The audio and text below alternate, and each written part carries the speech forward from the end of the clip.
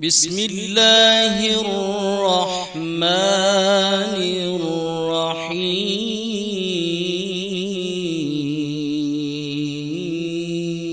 الرحيم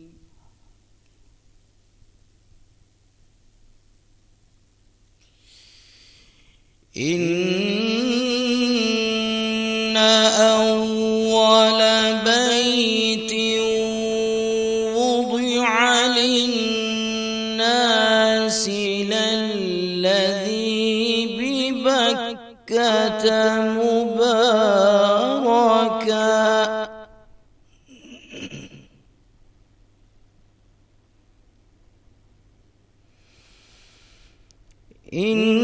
إن أول بيت وضع للناس للذي ببكة مباركا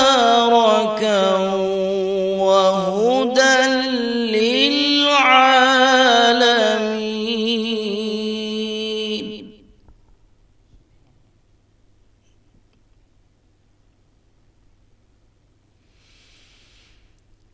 فيه آيات بينات مقام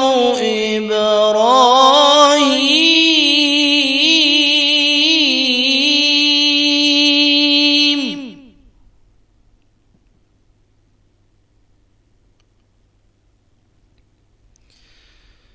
ومن دخله كان آمنا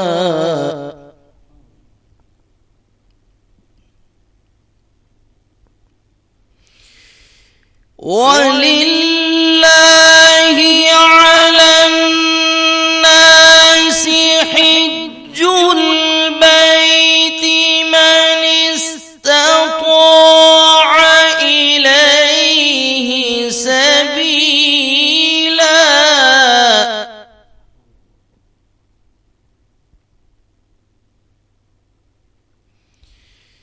ومن كفر فإن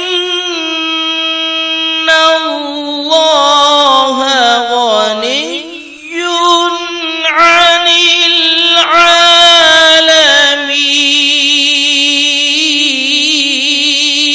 العالمين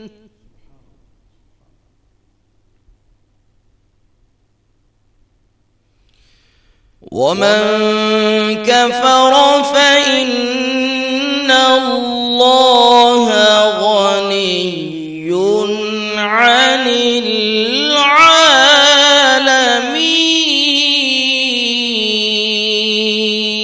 العالمين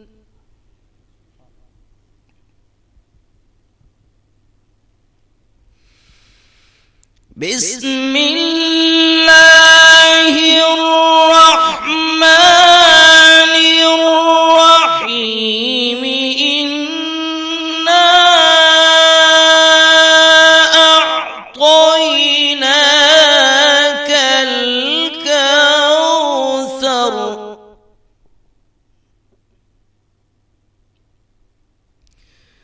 فصل لربك وانحر إن شانئك هو الأبتر بسم الله الرحمن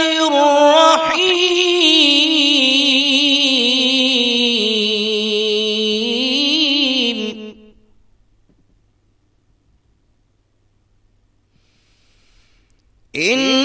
إنا أعطيناك الكوثر فصل لربك وانحر إن شانئك هو الأبتر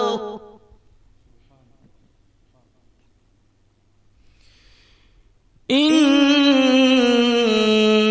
شانئك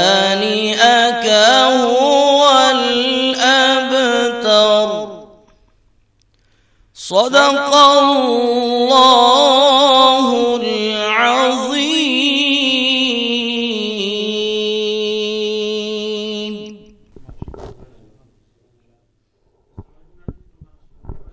में हाज़िर आहियूं इन जी दुआ सां गॾु त साईं सदाईं करीम मथे सिन सुकार दोस्त मिठा दिलदार आलम सभु आबाद करी तव्हां सभिनी खे जुमेतुल मुबारक जूं लख लख वाधायूं हुजनि ऐं इहा ई दुआ आहे त शाल जित हुजो ख़ुशि हुजो आबाद हुजो ऐं तव्हां तिलावत क़ुर पाक ॿुधी कारी यासिर जमाल साहिब असां सां गॾु आहे ऐं साणनि गॾु मोहम्मद ताहिरी साहिबु आहिनि पाण मौलाना आहिनि मज़हबी स्कॉलर आहिनि गॾोगॾु इल्म दीन जे हवाले सां तमामु सुठी ॼाण रखनि था ऐं अॼु पाण हजतुल मुबारक जे सिलसिले में गॾोगॾु जुमतुल मुबारक जे जेके ॿई असांजा भलारा ॾींहं आहिनि ऐं ॿई जेके असांजा अहम ऐं मज़हबी हवाले सां ऐं असांजे अक़ीदे जे हवाले सां तमामु अहमियत जोगा ऐं तमामु फज़ीलतुनि भरिया जेके हीअ ॾींहं आहिनि उन हवाले सां गुफ़्तगू कंदासीं ऐं तव्हांखे नात शरीफ़ मक़बूल बि ॿुधाईंदासीं तव्हांजो कॉल्स बि शामिलु कंदासीं उनखां सवाइ मुख़्तलिफ़ मौज़ूअनि ते बि ॻाल्हाईंदासीं तव्हांखे मां पंहिंजूं ख़बरूं ॿुधाईंदुमि पर मां चाहियां थो त पाण बिना कंहिं देरि जे कारी मोहम्मद ताहिरी साहिबु ॾांहुं हलूं ऐं उनखां पुछूं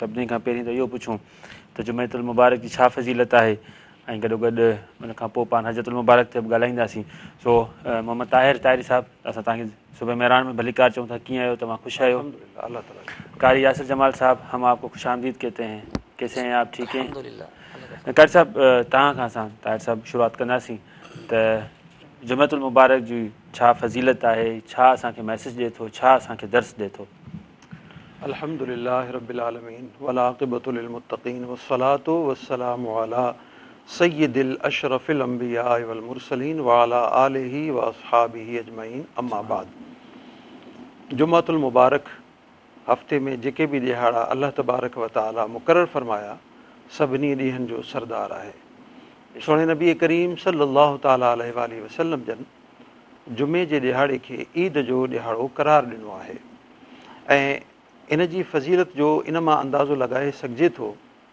त आम ॾींहंनि में इंसान पंहिंजे पाड़े वारी मस्जिद में नमाज़ पढ़े थो लेकिन जुमे जे ॾिहाड़े शरीयत इस्लामिया असांखे इहो दर्स ॾिए थी त जेका इलाइक़े जी पाड़े जी जेका जामिया मस्जिद हुजे जेका वॾी मस्जिद हुजे जंहिंमें घणा माण्हू नमाज़ पढ़ी सघनि था उन में वञी करे नमाज़ पढ़िजे ऐं जुमे जो ॾिहाड़ो असांखे इतिहाद जो दर्स ॾिए थो इतिफ़ाक़ जो दर्स ॾिए थो भाईचारे जो दर्स ॾिए थो उख़ुवत ऐं मुहबत जो दर्स ॾिए थो ऐं रूहानी ऐं दीनी एतबार सां अल्लाह ताला जी वेझड़ाइप हासिलु करण जो दर्स ॾिए थो अल्लाह ताला जी यादि जो दर्स ॾिए थो ज़िक्र ऐं फ़िक्र जो दर्स ॾिए थो केतिरियूं हदीसूं ऐं केतिरियूं क़ुर मजीद जूं आयतूं असांखे इहो ॾिसनि थियूं जॾहिं जुमे जो ॾिहाड़ो अचे हुज़ूर अलैहिस्सलातु वस्सलाम जन इरशाद फरमायो त बाने खे खपे जुमे जी नमाज़ खां पहिरीं सूर कहफ़ जी तिलावत करे जुमे नमाज़ खां पहिरीं सूर कहफ़ जी तिलावत कई ऐं उनखां पोइ जुमे जी नमाज़ जुमे जो ख़ुतबो उन में शामिलु थिए जुमे जी असांजे हिते अजब में इहो इहा रिवायत आहे त ख़ुतबो जेको थींदो आहे उन ख़ुतबे खां पहिरीं हिकिड़ो मुख़्तसर पंहिंजी ॿोली में ख़ुतबो थिए थो उर्दू में सिंधी में सिराइकी में इलाक़ाई ॿोलियुनि में अरबी हर को माण्हू नथो सम्झी सघे पोइ जेको असां ख़ुतबो पढ़ूं था उन जे मुताबिक़ या जेके ॾिहाड़ा हलनि था जेको महीनो हले थो उन जे मुताबिक़ उहो आलिम दीन उहो फ़ाज़िल उन्हनि खे उहो दर्स ॾिए थो त हिन महीने में असांखे छा करणु घुरिजे तालीमात इस्लामिया जी रोशनी में असांखे कीअं जीअं मिसाल हज जो मौक़ो आहे हज जे मुतालिक़ उहो ॿुधाईंदो हज जो फ़लसफ़ो ॿुधाईंदो हज जा जेके फ़ज़ाइल आहिनि उहो ॿुधाईंदो हज जा फ़वाइद ॿुधाईंदो हज जा जेके असरार ऐं रुमूज़ आहिनि उन्हनि खां माण्हुनि खे आगाह कंदो त जुमे जो ॾिहाड़ो इन एतबार सां बि वधीक अहमियत जो हामिल आहे त जुमे जे ॾिहाड़े असांखे शरीअ इस्लामिया जी अहकामात जी ख़बर पवे थी दीन इस्लाम जी ॼाण असांखे मिले थी ऐं उहा तॾहिं मिलंदी जॾहिं असां पंहिंजो वक़्तु कढी अगरि जुमे जी नमाज़ खां कुझु पहिरीं असां उते मस्जिद में वञी वेहंदासीं ज़िक्र फ़िक्र में मशग़ूल थींदासीं या उहो जेको फ़ाज़िल या आलिम दीन जेके ॻाल्हियूं ॿुधाईंदो असां हुन जूं ॻाल्हियूं ॿुधंदासीं उनखां पोइ इहे फज़ीलतूं हासिलु थी सघनि थियूं ऐं ताहिर साहिबु हिन वक़्तु जेकी सिंधियूं हालतूं आहिनि जेके तव्हां ॾिसो था हर पासे जेको आहे बेरा रवी आहे हर पासे अनाऊं आहिनि, हर पासे जेको आहे रवैयनि जी जंग आहे, अनाउनि जी जंग आहे। गॾो गॾु पोइ वरी हीअ जेके हालतूं आहिनि, मिसाल महांगाई वधी वञनि, कुदरती आफ़तूं अची वञनि ऐं ॿोॾूं अची वञनि, गर्मी मतिलबु त हिकिड़े ग्रेड खां बि को 54-55 ते वधी वञे। छा था सम्झो त असांखे कुदरत छा मैसेज ॾेई रही आहे, या असां किथे डिट्रैक थिया आहियूं जो असांखे इहे सज़ाऊं मिलनि पियूं? ॾिसो रहमतुल्लाह साहिबु, हिन में कुझु शयूं आहिनि जिन खे असां गौर कंदासीं ऐं असां अगरि उनखे गौर सां ॾिसूं ऐं सम्झूं त असांजे साम्हूं तफ़सील वाज़े थी सघे थी। सभ खां पहिरीं असां जंहिं धरती ते रहूं था, अर्थ ते रहूं था, हिन मुआशिरे में रहूं था, जिते ॾींहुं राति असां गुज़ारियूं था, असांखे शरीअ इस्लामी इहो दर्स ॾिए थी त जिथे असां रहूं था उतां जी सफ़ाई सुथराई, उन जे माहौल जे मुताबिक़ जेके शयूं इन्वायरमेंट में जेको क्लाइमेक्स जे हवाले सां जेको उनखे फ़ाइदो पहुचाइनि थियूं, असांखे उन्हनि जी हिफ़ाज़त करणी आहे। जीअं मिसाल तव्हां ॿुधायो त गर्मी वधी वई आहे, असांजे सिंध में 50 खां बि वधीक सेंटीग्रेड थी चुको आहे अपर सिंध में। हाणे असांजे हिन धरती ते असां जेॾीमहिल नंढा हुआसीं असां ॾिसंदा हुआसीं त ॿेला हूंदा हुया, जंगलात हूंदियूं हुयूं, लेकिन हाणे असां ॾिसूं था त उहे जंगलात ख़तमु थी विया, नापैद थी विया। हाणे असां सोचूं था, ॻोल्हियूं बि था त उहे जंगलात असांखे नज़र कोन था अचनि। मसनूई जंगल तव्हांखे नंढिड़ो किथे नज़र अची वेंदो, पर जेके हक़ीक़त जेके झंग झर हुया उहे असांखे कोन था मिलनि। जेके वण हुया असां उन्हनि जी हिफ़ाज़त कोन कईसीं।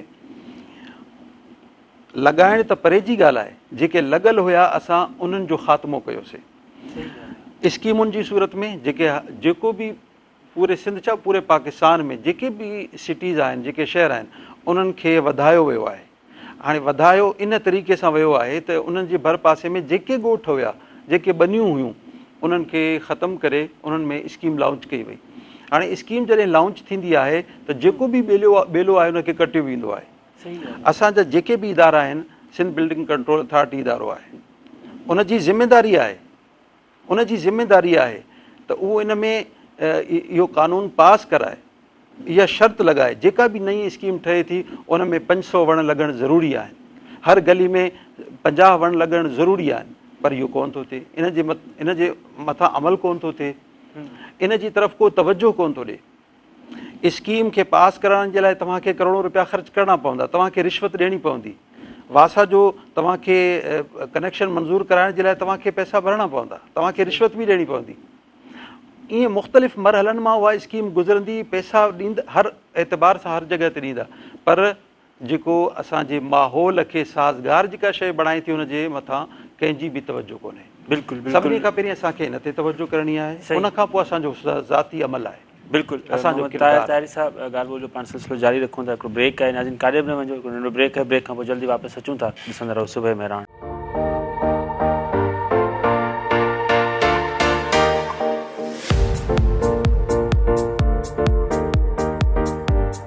नाज़रीन सुबह मेहरान में हिकु भेरो ॿीहर भलीकार ऐं हलूं था बिना कंहिं देरि जे अलामा मोहम्मद ताहिर ताहिरी साहिबु ॾांहुं। मोहम्मद ताहिर ताहिरी साहिबु, हज जो सुभाणे ॾींहुं आहे, सुभाणे हज पढ़ियो वेंदो, ऐं छा हज जूं फज़ीलतूं छा आहिनि, असांखे हज जो महीनो कहिड़ो पैगाम ॾिए थो, ऐं हीअ जेके 10 ॾींहं आहिनि उन्हनि में असांखे कहिड़ियूं कहिड़ियूं इबादतूं करणु घुरिजनि, कहिड़ा अमल करणु घुरिजनि, त प्लीज़। अल्लाह सुब्हानहू व तआला क़ुरान मजीद में इरशाद फरमायो, औज़ु बिल्लाहि मिनश शैतानिर रजीम, बिस्मिल्लाहिर रहमानिर रहीम, वल फज्र व लयालिन आशिर। कसम आहे 10 ॾींहंनि जी। इन क़ुरान मजीद जी आयत जे मुतालिक़ अक्सर मुफ़स्सिरीन किराम फरमाइनि था त अल्लाह ताला जेको 10 ॾींहंनि जी कसम खई आहे, उहे 10 ॾींहं पहिरीं ज़िलहज खां 10 ज़िलहज ताईं आहिनि। हीअ एतिरा बाबरकत आहिनि जो अल्लाह ताला हिननि जी कसम खणी इरशाद फरमाए पियो, बयानु फरमाए पियो।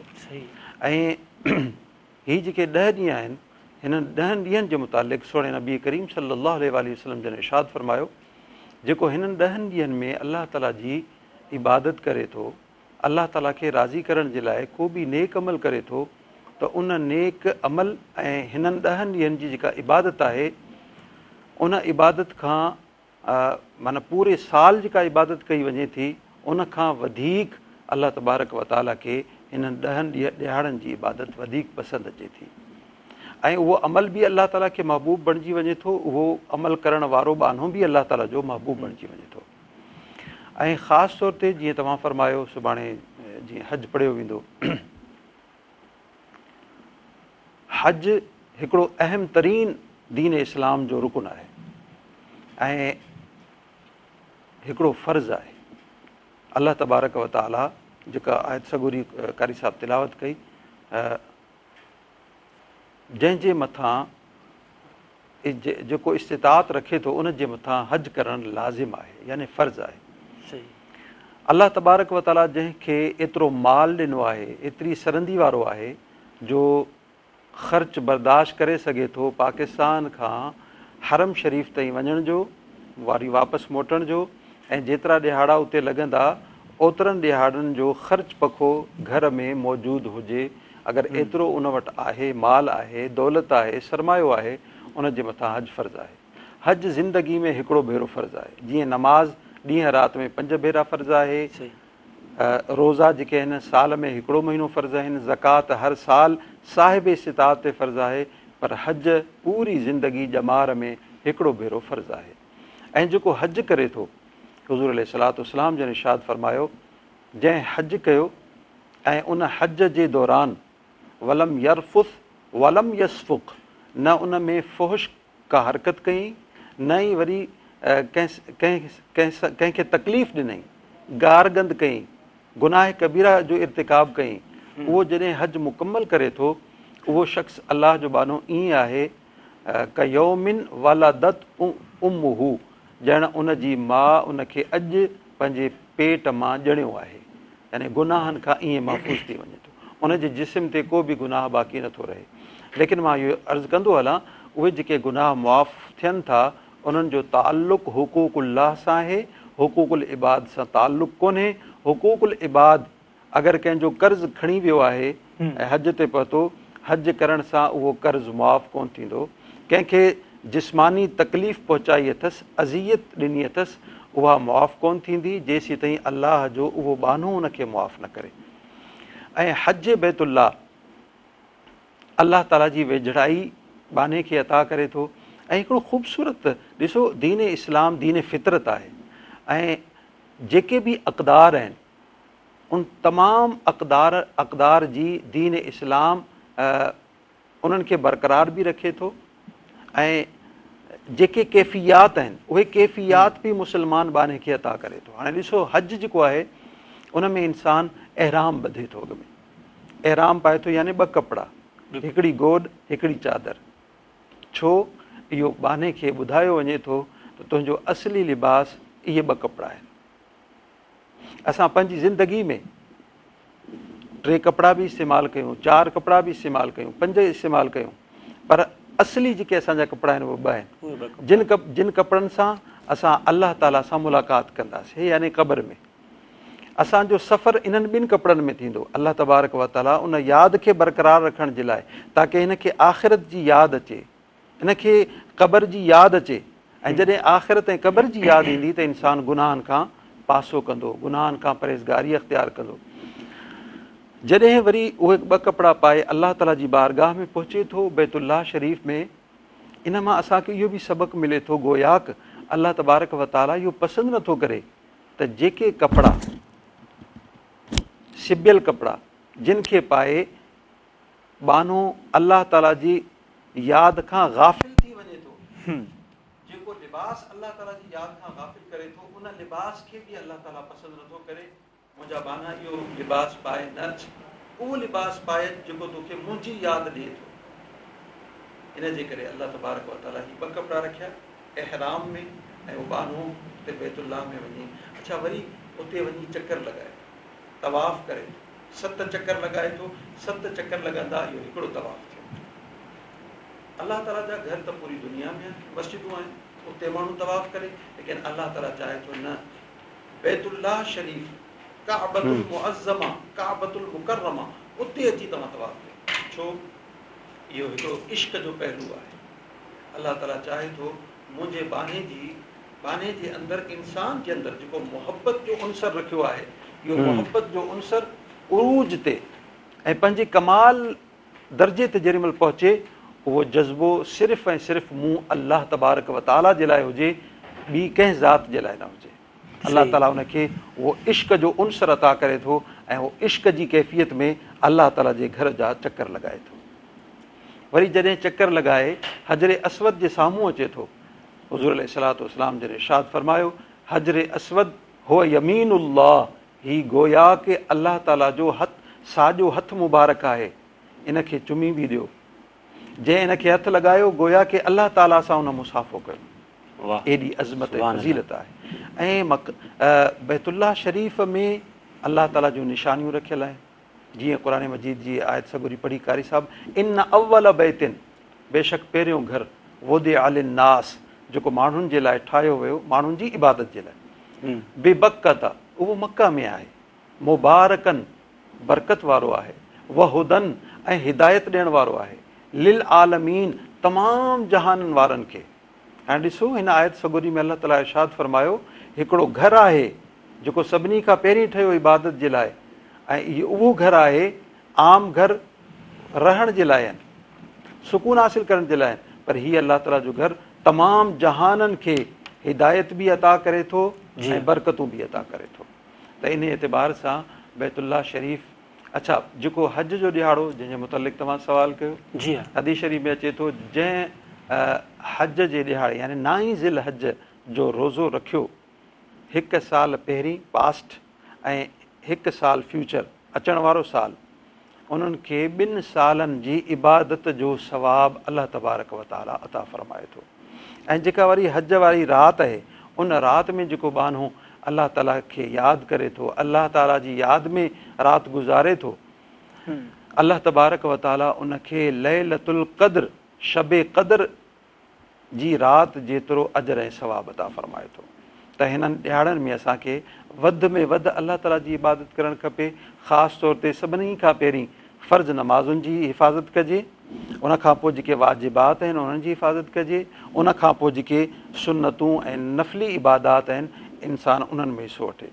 इबादत सिर्फ़ु इहा कोन्हे असां मुस्लो विछाए अलाह अकबर करे नफ़िलनि ते ज़ोर ॾियूं, वालिदैन जो दिलि ख़ुशि करण बि इबादत आहे, 5 बचड़नि जो दिलि ख़ुशि करण बि इबादत आहे, हलाल रिज़्क़ कमाइण बि इबादत आहे, कंहिं मुसलमान खे खिली खिकारण बि इबादत आहे, कंहिंजो ॾुखु ॿुधण बि इबादत आहे, कंहिंखे भलो सुठो मशवरो ॾियणु इहो बि इबादत आहे। सिर्फ़ु मुसले ते वेहणु इबादत कोन्हे, इहे ॿियूं जेके शयूं जेके मूं अर्ज़ु कयूं इहे सभु इबादत में शामिल आहिनि, बल्कि हुन नफ़िल खां शायदि वधीक उन्हनि में अज़मत ऐं फज़ीलत हुजे। छो जो नफ़िल में इंसान जो पंहिंजो नफ़्स ख़ुशि थिए थो, लेकिन जॾहिं असां कंहिंखे सुठो भलो मशवरो ॾियूं था त उन में उहो बानो ख़ुशि थिए थो, ऐं जेको बानो ख़ुशि थींदो आहे त बाने जे ख़ुशि थियण सां बाने जो जेको रब आहे परवरदिगार उहो बि राज़ी थी पवंदो आहे। सुभान अल्लाह, सुभान अल्लाह। अलामा साहिबु तव्हां ॻाल्हि कई त बंदनि खे जेको आहे पाण इन्हनि इबादतुनि खां वधीक जेको असां मुस्लो विछाए नफ़िलनि में शुरू थी वञूं, उनखां वधीक अज़मत ऐं फज़ीलत उन्हनि जी आहे त तव्हां ॿियनि खे ख़ुशि कयो, ॿियनि खे राज़ी कयो। छा सबबु आहे जो असां मतिलबु त हर चेहरे जे मथां हिकिड़ो ॿियो चेहरो चढ़ियल आहे, हर चेहरे जे मथां हिकिड़ो ॿियो जेको आहे हिकिड़ो फेक मास्क चढ़ियल आहे, ऐं हिकिड़ो माण्हू मतिलबु त अमल में अलॻि आहे ऐं पंहिंजे हुन में कोल ऐं किरदार में फ़र्क़ु छो थी वियो आहे असां सभिनी जे विच में? हर को पंहिंजे पंहिंजे हिसे में पंहिंजे पंहिंजे मतिलबु लेवल ते कोल ऐं फ़ैल में तज़ाद रखे थो, इहो छो थी वियो आहे असां में?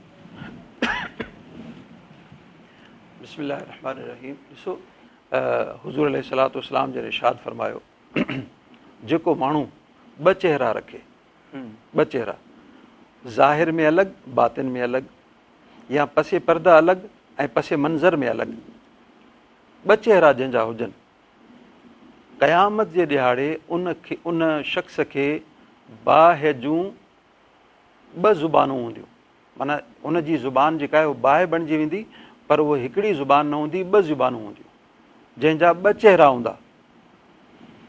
इन हदीस शरीफ़ मां असांखे इहा ख़बर पवे थी त जेको इंसान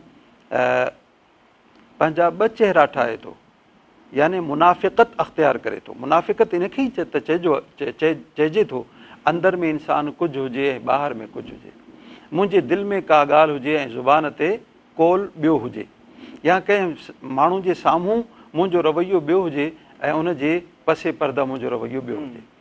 अल्लाह ताला खे इहा शइ नापसंदि आहे ऐं उन बहाने खे सख़्तु तरीन सज़ा जो मूजिब करार ॾिनो वियो आहे, सख़्तु सज़ा जो ऐलान उन जे लाइ कयो वियो आहे अहादीस शरीफ़ में।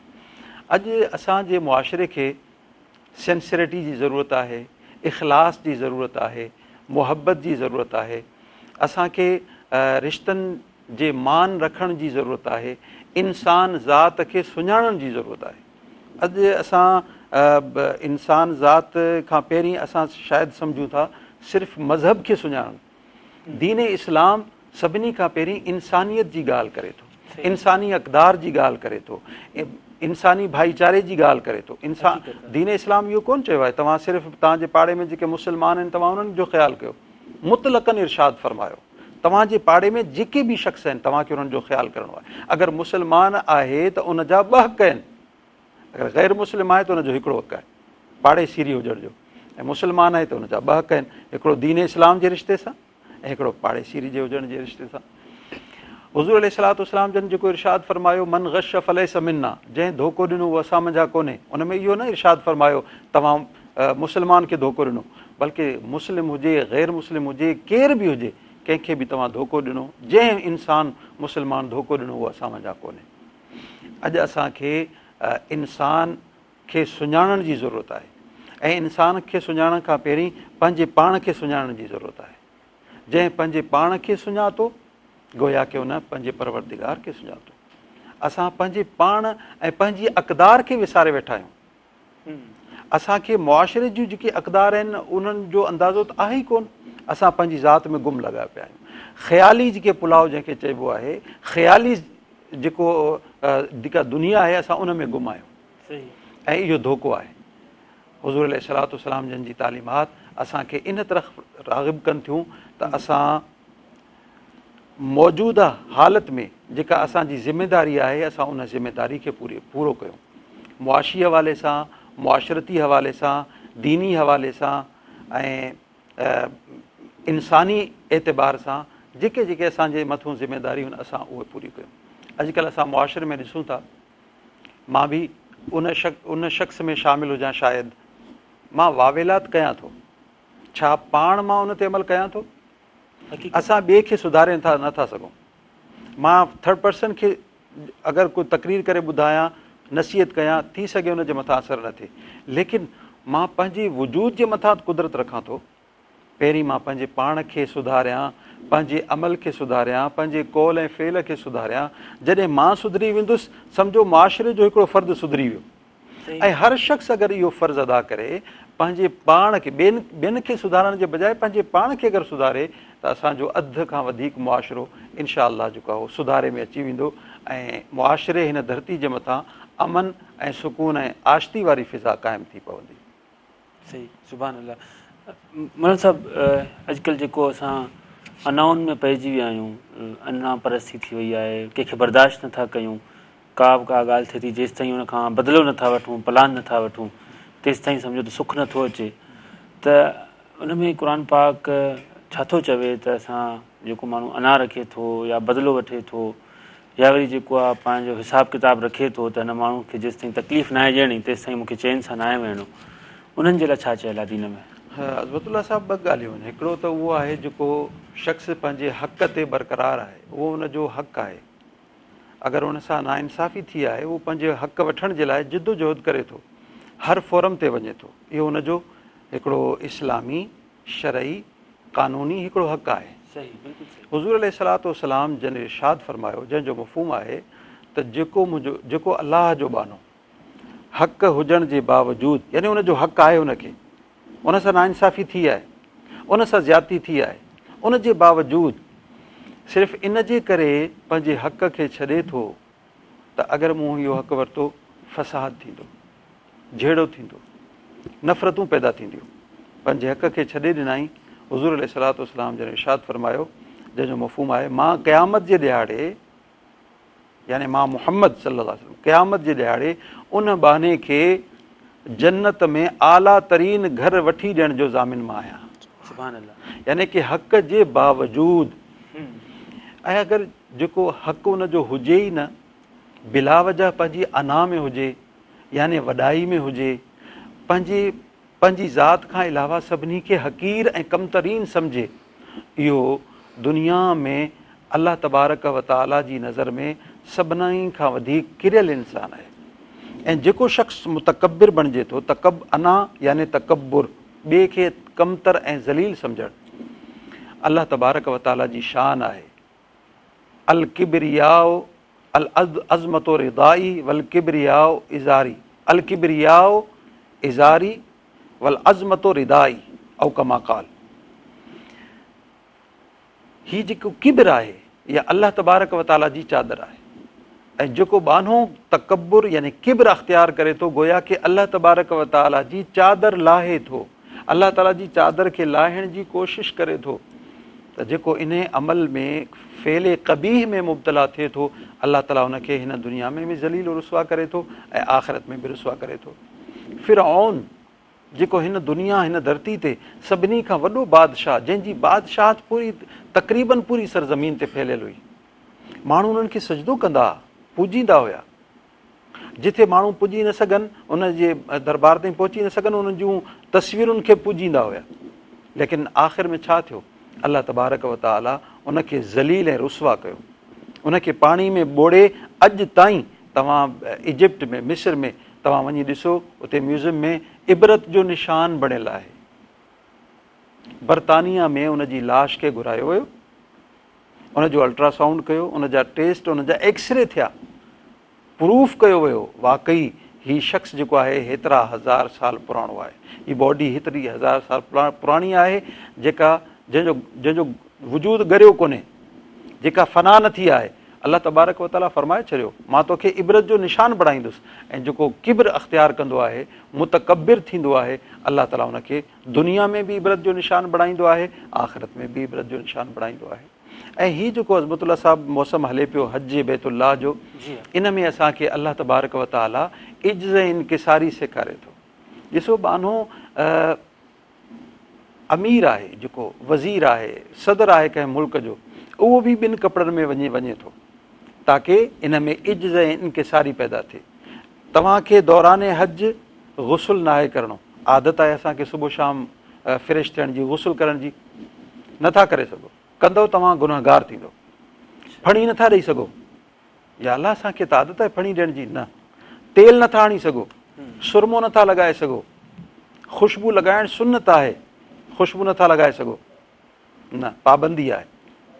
तव्हांखे तव्हांजे जिस्म ते मिटी लॻे, तव्हांजे जिस्म में पघर जी बदबू अचे, तव्हांजा वार बिल्कुलु बिखरियल हुजनि, हिकिड़ो आम मज़दूर, हिकिड़ो आम ग़रीब जीअं इंसानु, ताकी उहा कैफ़ियत तव्हांजे वजूद ते तारी थिए, तव्हांखे ख़बर पवे त हिकिड़े ग़रीब इंसान जी कैफ़ियत छा हूंदी आहे। उहो माण्हू जंहिंखे पाणी फ़राहम कोन्हे, जंहिंखे पाणी नथो मिले, उनजी कैफ़ियत बुख ऐं उन में छा हूंदी आहे।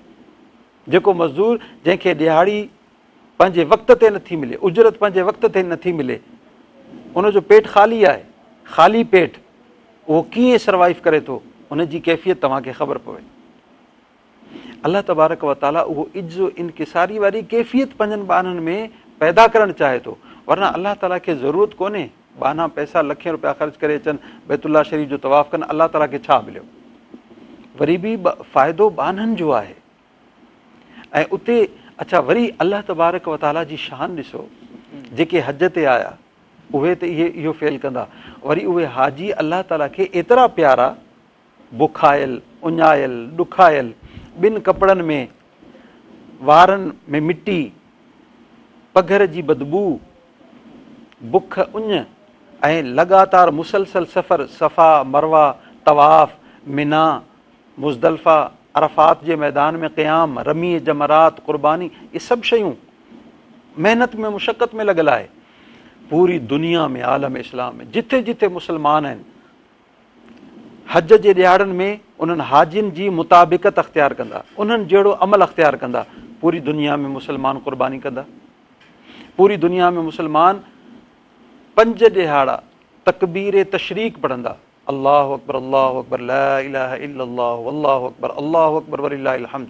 हर नमाज खां पोइ 3 भेरा पढ़णु वाजिब आहे, हर नमाज खां पोइ 5 भेरा पढ़ंदा। छो? ताकी ग़ैर हाजी खे हाजी सां मुताबिक़त थी वञे, जॾहिं मुताबिक़त हिकु जहिड़ा ई थी वेंदी, जीअं अलाह ताला हुननि जा गुनाह माफ़ु कया आहिनि, अलाह ताला हुननि जे सदके हिननि जा गुनाह बि माफ़ु करे छॾींदो। हुते हाजी कुर्बानी कनि पिया, जानवर ज़िबह कनि पिया, हिते गैर हाजी कनि पिया, अमल में मुताबिक़त थी, अलाह ताला उन्हनि खे बि उन्हनि जहिड़ो अजर ऐं सवाब अता फरमाईंदो। हुते अरफ़ात में गॾु थियनि पिया, हिते ईद जी नमाज़ लाइ गॾु थियनि पिया। हुते इज्तिमा हिकिड़ो लॻल आहे अरफ़ात में, हिते हर मस्जिद में वॾो वॾो इज्तिमा आहे, ईदगाह में इज्तिमा आहे, रोडनि ते वॾा वॾा मैदाननि में इज्तिमा आहिनि। इहा हिकिड़ी क़िस्म जी मुताबिक़त थी हाजिनि सां। गैर हाजिनि जी हाजिनि सां मुताबिक़त थी, अलाह ताला उन जे सदके जीअं हाजिनि जी गुनाहनि जी बख़्शिश फरमाई, गैर हाजिनि जी बि अलाह ताला गुनाहनि जी बख़्शिश ईअं फरमाए छॾे थो। त हज जो जेको मौसमु आहे उहो असांखे इज़्ज़त ऐं इनकिसारी बि सेखारे थो। त असांजा जेके दोस्त आहिनि, जेके सरंदी वारा आहिनि, उन्हनि खे खपे त इहो ज़िंदगी में हिकिड़ो भेरो जेको अलाह ताला फ़र्ज़ु कयो आहे, इनखे ज़रूरु अख़्तियार कनि, ताकी उहे इज़्ज़त इनकिसारी वारी कैफ़ियत, इश्क़ ऐं मुहबत वारी कैफ़ियत, उहे जेके कैफ़ियतूं अलाह तबारक व ताला उते रखियूं आहिनि, उहो हासिलु करे अचे। ऐं उन्हनि कैफ़ियतुनि में लज़त एतिरी आहे, उहो सॼी ॼमार ताईं उन्हनि लज़तुनि में गुम हूंदो ऐं अलाह ताला जो हक़ीक़ी कुर्ब हासिलु करण वारो बानो बणिजी वञे थो। जिन माण्हुनि वटि इस्तिताअत न आहे, जिन माण्हुनि वटि एतिरी पहुच न आहे, हज ते नथा वञी सघनि, छाकाणि जो हाणे तमामु घणो महांगो थी वियो आहे, उहे उन्हनि खे छा करणु घुरिजे? ॾिसो, दीन इस्लाम सराहतन इहो ऐलान कयो आहे, मन इस्तताअ इलैहि सबीला, जंहिं वटि इस्तिताअत आहे उहो करे, जंहिं वटि इस्तिताअत कोन्हे उहो हज न करे। उहो छा करे? उहो पंहिंजे अबे ऐं पंहिंजी अमड़ जी ख़िदमत करे, उनखे घर वेठे हज जो सवाबु मिलंदो। छा इहो हुज़ूर अलैहिस्सलातु वस्सलाम जन इरशाद फरमायो, सोणे नबी करीम सल्लल्लाहु अलैहि वसल्लम जन इरशाद फरमायो, जेको पंहिंजे पीउ जी ख़िदमत करे थो, पंहिंजे पीउ खे मुस्कुराए ॾिसे थो, पंहिंजी माउ जी ख़िदमत करे थो, अमड़ जी ख़िदमत करे थो, अलाह तबारक व ताला उनखे बैतुल्लाह शरीफ़ जे हज जो सवाबु अता फरमाए थो, उनखे जिहाद जो सवाबु अता फरमाए थो। त इहे सभई शयूं, इहे अजर असांखे हिते मिलनि था उन शख़्स खे जेको इस्तिताअत नथो रखे। अच्छा ॾिसो, जेको शख़्स हज जी इस्तिताअत रखे थो, हज ते वियो, उनजा सभई गुनाह माफ़ थिया। वरी जेको हज ते न वियो पर उनजे मथां क़ुर्बानी वाजिबु आहे, हज ते 12 लख रुपया ख़र्च थिया, पर क़ुर्बानी जे लाइ 50,000, 40,000, 30,000, 20,000 ख़र्च थिया मिसाल, हुनखे जेको अजर मिलियो, अलाह ताला हुनजा सभई गुनाह मुआफ़ फरमाया। क़ुर्बानी में हुज़ूर अलैहिस्सलातु वस्सलाम जन इरशाद फरमायो, जंहिं बाने जानवर ज़िबह कयो कुठो अलाह ताला जे नाले ते हिननि ॾियारनि में, हुनजो रत जो फुड़ो ज़मीन ते किरण खां पहिरियों ई अलाह ताला उन जा सभई गुनाह मुआफ़ फरमाए छॾींदो आहे।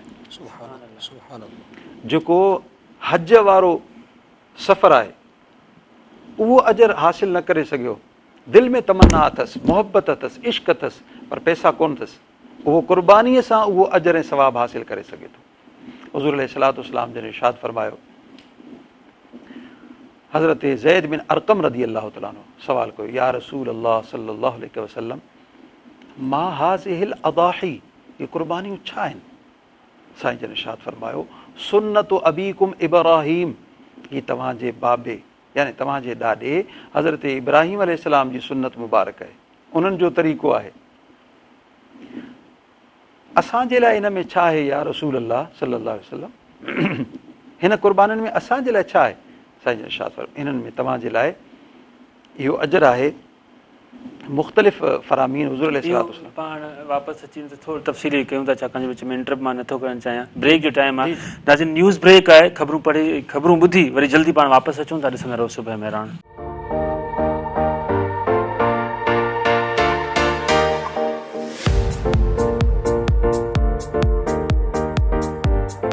नाज़रीन, सुबह मेहरान में हिकु भेरो ॿीहर भलीकार, तमामु काराइती, तमामु अहम ॻाल्हि ॿोल ऐं पंहिंजी अनाउनि जे हवाले सां, पंहिंजे रवैयनि जे हवाले सां, जुमतुल मुबारक जे हवाले सां, हजतुल मुबारक जे हवाले सां, क़ुर्बानीअ जे हवाले सां अलामा मोहम्मद ताहिर ताहिरी साहिबु असां सां ॻाल्हि ॿोल कई। इहो ॻाल्हि ॿोल जो सिलसिलो जारी आहे। हलूं था कारी यासिर जमाल लाइ, उन्हनि खां नाज़ शरीफ़ मक़बूल ॿुधूं, वरी वापसि पाण डिस्कशन ते ईंदासीं। तव्हांजो कॉल्स प्रोग्राम में अची रहिया आहिनि, उहे बि शामिलु कयूं था। तव्हांजो को सुवालु आहे अलामा साहिब खां, उहो बि तव्हां पुछी सघो था। अलामा कारी यासिर जमाल साहिबु, बिस्मिल्लाह। مولاي صل وسلم محمد سيد الكونين والثقلين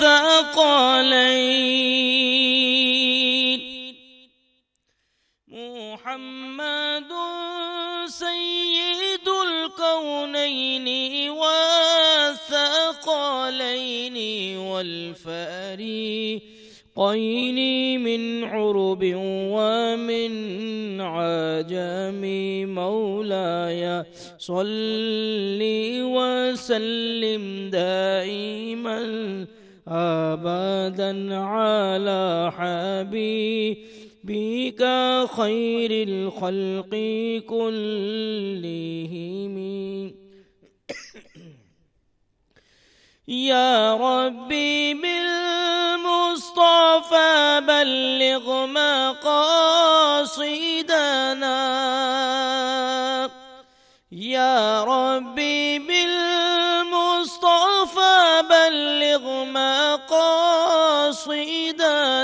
واغفر لنا ما مضى يا واسع الكرم مولاي صل وسلم دائما أبدا على حبيبك خير الخلق كلهم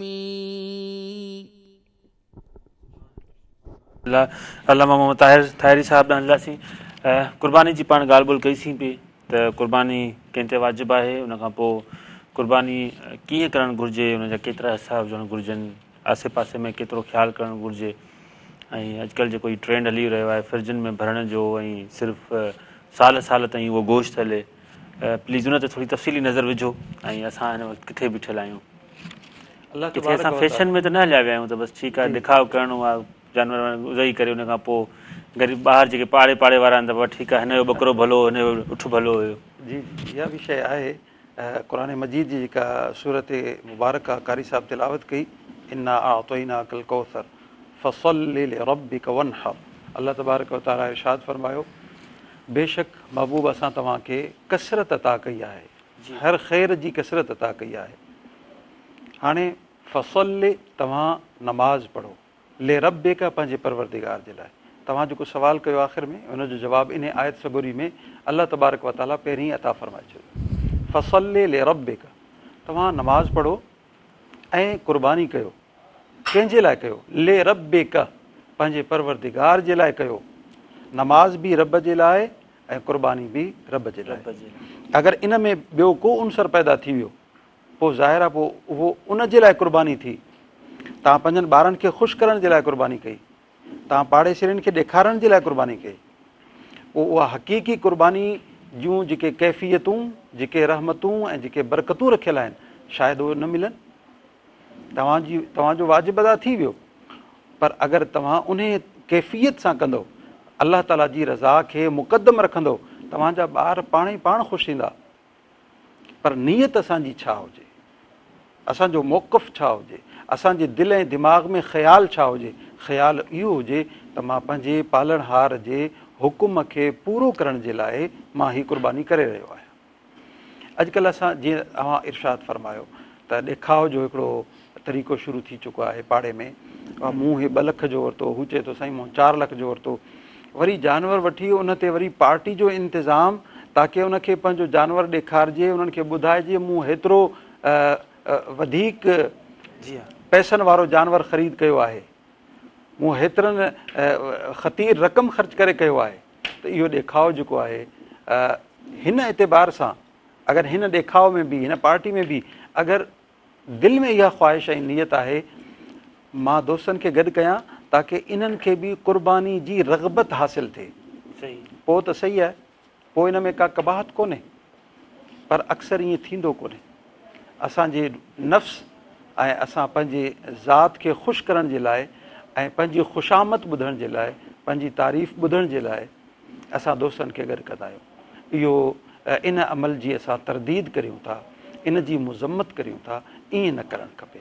अलाह ताला जी रज़ा जे लाइ अगरि असां कंदासीं त असांखे उहे सभई नेमतूं हुज़ूर अलैहिस्सलातु वस्सलाम जन। अच्छा, ॿियो हिकिड़ो इहो बि असां में हिकिड़ो उनसर पैदा थी वियो आहे।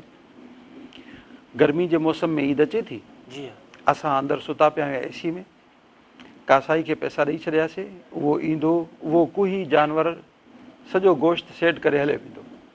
दीन इस्लाम जी तालीमात छा आहे? दीन इस्लाम इहो चवे थो, हुज़ूर अलैहिस्सलातु वस्सलाम पंहिंजी न्याणी अम्मा ख़ातून जन्नत बीबी फ़ातिमतु ज़हरा रज़ियल्लाहु तआला अन्हा खे हुकुम फरमायो, जेॾी महिल तव्हांजी क़ुर्बानी थिए तव्हां उते मौजूदु हुजो। हालांकि फीमेल ख़ातून पर्दे जो हुकुम सख़्तु पर्दो, लेकिन फरमायूं जेॾी महिल तव्हांजी क़ुर्बानी थिए तव्हां उते मौजूदु हुजो। छो? छाजे करे?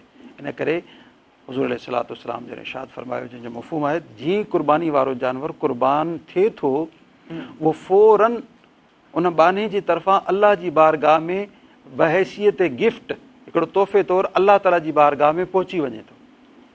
त जंहिं वक़्तु अलाह जी बारगाह में पहुचे तव्हां बि उते मौजूदु हुजो। ऐं वरी ॿी रिवायत में जॾहिं उन जे कंध ते, उन जे गले ते छुरी हले थी ऐं रत जो फुड़ो ज़मीन ते किरे थो, ज़मीन ते रत जो फुड़ो किरण खां पहिरीं अलाह ताला उन बाने जा सभई गुनाह मुआफ़ फरमाए थो। जॾहिं हुन जो रत जो फुड़ो किरे थो, गुनाह मुआफ़ थियनि था, तव्हां उते क़ुर्बानी वारी जॻह ते मौजूदु हुजो। असां अगरि कसाई खे चयोसीं तव्हां क़ुर्बानी कयो, असांखे कहिड़ी ख़बर इनखे गुस्ल जो तरीक़ो बि अचे थो या न? इनखे बिस्मिल्लाहिर रहमानिर रहीम, बिस्मिल्लाह अल्लाहु अकबर अल्लाहु अकबर अल्लाहु अकबर पढ़णु अचे थो या न? कहिड़े वक़्तु तकबीर पढ़ी वञे थी, कहिड़े वक़्तु इहो चवणु खपे, इहो ख़बर उनखे आहे या न? उहो त पंहिंजे पेशे पंहिंजे शोबे जो माहिर आहे। इहा असांजी ज़िमेदारी आहे क़ुर्बानी करण वारे जी। हा, अगरि ॿियो को क़ुर्बानी सभ खां तरजीही बुनियाद ते असांखे खपे त असां पंहिंजे हथ सां क़ुर्बानी कयूं। हदीस शरीफ़ में अचे थो, तव्हां जेॾी महिल क़ुर्बानी कयो, छुरी खे ज़ोर सां पकड़ियो ऐं ज़ोर ज़ोर सां हुनखे सीर ॾियो ऐं 4 रगूं कटियो, 4 रगूं, ऐं उनखे ऐं बिल्कुलु सिसी धार न आहे करणी, इहो मकरूह आहे। कुझु सिसी उन जिस्म सां जुड़ियल हुजे, रगूं उन जूं कटिजी वञनि। अगरि तव्हां कसाई खे चओ था या ॿिए माण्हू खे चओ था तूं क़ुर्बानी तूं सीर ॾे, पोइ उन सीर ॾियण वारे जे ज़हन में क़ुर्बानी करण वारे जो नालो मुस्तहज़र ऐं मौजूदु हुजे त हीअ हुन जे तरफ़ खां अलाह ताला जी बारगाह में क़ुर्बानी कई पई वञे ऐं हू बिस्मिल्लाह पढ़ी सघे, तकबीर अल्लाहु अकबर पढ़ी सघे। हू दुआ जेका हदीस शरीफ़ में सेखारी वई आहे, अल्लाहुम्मा इन्नी वज्जहतु वजहिया लिल्लज़ी फ़तरा अस्समावाति वल अर्द हनीफ़न वमा अना मिनल मुशरिकीन अल्लाहुम्मा लक। इहे दुआऊं उनखे अचणु खपनि, पढ़णु खपनि, भले ॾिसी पढ़े, मोबाइल ते डाउनलोड करे पढ़े या प्रिंट कढाए पाण वटि रखे उते पढ़े या यादि करे पोइ पढ़े। इहा दुआ घुरे, या अलाह ही क़ुर्बानी क़बूल फरमा जीअं तूं पंहिंजे प्यारे ख़लील हज़रत इब्राहीम जी क़ुर्बानी क़बूल फरमाई हुई ऐं पंहिंजे हबीब सोणे मुहम्मद सल्लल्लाहु अलैहि वसल्लम जी क़ुर्बानी क़बूल कई हुई, अहिड़े नमूने ही मुंहिंजी बि क़ुर्बानी क़बूल फरमा। इहे दुआऊं असांखे पढ़णियूं आहिनि, पर असां सुता पिया हूंदा आहियूं, असांखे ख़बर कोन्हे। अच्छा, उनखां पोइ जेको मरहलो आहे, हदीस शरीफ़ में अचे थो तव्हां को बि क़ुर्बानी करे त छुरी मुॾी न हुजे। दीन इस्लाम केतिरो ख़्यालु करे थो, जेको जानवर ज़िबह थींदो उनखे बि तकलीफ़ ऐं अज़ियत वधीक न आहे ॾियणी। सही ॻाल्हि आहे, छुरी तेज़ हुजे। अच्छा, वरी ॿिए जानवर जे साम्हूं उनखे ज़िबह न आहे करिणो, हदीस शरीफ़ में मना आहे। हुज़ूर अलैहिस्सलातु वस्सलाम मना कयो, जेको जानवर ॾिसंदो उनखे तकलीफ़ पहुचंदी। दीन इस्लाम जानवरनि जी तकलीफ़ जो एतिरो ख़्यालु करे थो, तव्हां अंदाज़ो लॻायो इंसान ज़ात जी तकलीफ़ जो केतिरो उनखे ख़्यालु हूंदो। वरी इहो हुकुम इरशाद फरमायो, जेसीं ताईं उहो जानवर ज़िबह थियण वारो ठरी न वञे तेसीं ताईं हुनजी खल न लाहे। ईअं न तड़पंदो हुजे, कासाई बाबा वठ वठां करे जल्दी हुनजी जंग टंगे ऐं बसि खल लाहिणु शुरू करे, न, जेसि ताईं बिल्कुलु ठरी न वञे उनखे हथु न लाहियो। खल लहिजी वई, उनखां पोइ उनजा गोश्त कटियो वेंदो, उनजा 3 हिसा कबा, हिकिड़ो हिसो पंहिंजी फैमिली जे लाइ, भले उहो तव्हां जेको तव्हांजो हिसो आहे न, भले तव्हां केतिरा ॾींहं बि रखो, सही, उहो रखी सघो था, उहा इजाज़त आहे। लेकिन जेका ॿिया 2 हिसा, हिकिड़ो हिसो मिसकीन ग़रीब यतीम बेवा तव्हांजे पाड़े में जेके आहिनि उन्हनि खे, इहो उन्हनि जो हक़ु आहे असांजे मथां। पूरो साल जेको गोश्त नथा खाई सघनि, अलाह ताला चाहे थो हिननि ॾींहंनि में मुंहिंजा ग़रीब बाना बि गोश्त खाइनि। सुभान अल्लाह। ऐं इन एतिबार सां अलाह ताला असांखे खाधे खाइण में इज्तिमाइयत अता फ़रमाई, हिकिड़ो मुतहिद फ़रमायो खाधे में बि। अलाह ताला चाहे थो मुस्लमान हर अमल में मुतहिद हुजे, इबादत में बि, खाधे में बि, लिबास में बि। जीअं हज में लिबास में मुतहिद आहे, अहिड़े एतिबार सां अलाह तबारक व ताला चाहे थो इंसान ज़ात मुतहिद हुजे, मुस्लमान कम्यूनिटी मुतहिद हुजे। ऐं जेसीं ताईं मुतहिद हूंदा ख़ैर ऐं बरकत में हूंदा। अच्छा, जेको टियों हिसो आहे उहो हिसो आहे तव्हांजा उहे फ्रेंड्स, रिश्तेदार, मिट माइट, सरंदीअ वारा, भले उन्हनि क़ुर्बानी कई हुजे, जी हा, बतौर गिफ्ट असां उन्हनि खे क़ुर्बानी ॾींदासीं। इहो तोहफ़ो आहे, इहो सिला रहमी आहे। सिले रहमी खे वधाइबो ताकी मोहबतूं वधनि। असांजो चाचो आहे, मामो, सौटु, मासात, भले उन्हनि क़ुर्बानी कई हुजे, उहो जेको टियों हिसो असां उन्हनि में तक़सीम कंदासीं ताकी अलाह तबारक व ताला असांखे सिले रहमी जो बि सवाबु अता फ़रमाए।